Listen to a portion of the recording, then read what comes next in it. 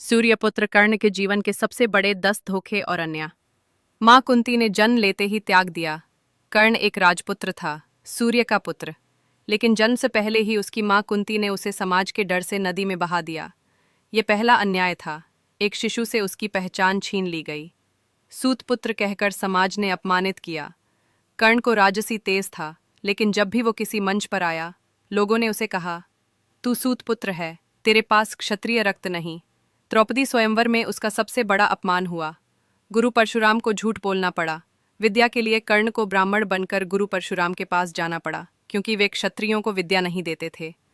ये छल उसकी मजबूरी थी, लेकिन गुरु ने उसे श्राप दिया कि जब सबसे ज्यादा जरूरत होगी तब तू सब भूल जाएगा।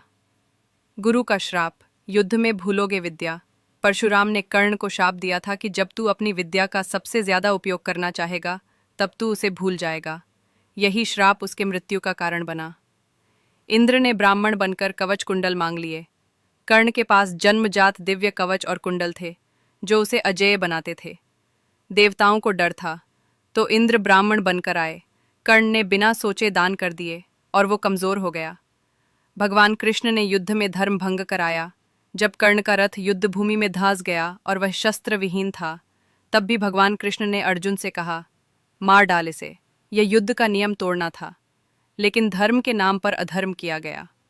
अर्जुन ने निहत्थे कर्ण को मारा।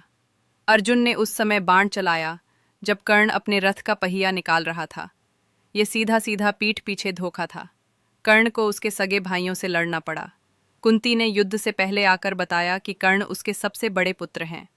कर्ण की आंखें भर आईं, लेकिन फिर भी उसने दुर्योधन का साथ नहीं छोड़ा, क्योंकि वचन का पालन करना था। जीवन भर सूतपुत्र का तमगा हटाया नहीं गया। कर्ण ने युद्ध, विद्या, दान, चरित्र हर स्तर पर खुद को साबित किया, लेकिन समाज ने उसे कभी राजपुत्र या महायोद्धा नहीं माना। मृत्यु के समय भी इज्जत नहीं मिली। कर्ण का शरीर युद्ध भूमि में पड़ा रहा और कोई उसे वीर गति देने नहीं आया। यह उस महापुरुष का सबसे बड़ा अपमान था, जो मृत्यु तक देता ही रहा। मरने से पहले भी ब्राह्मण को सोने का दांत निकालकर दान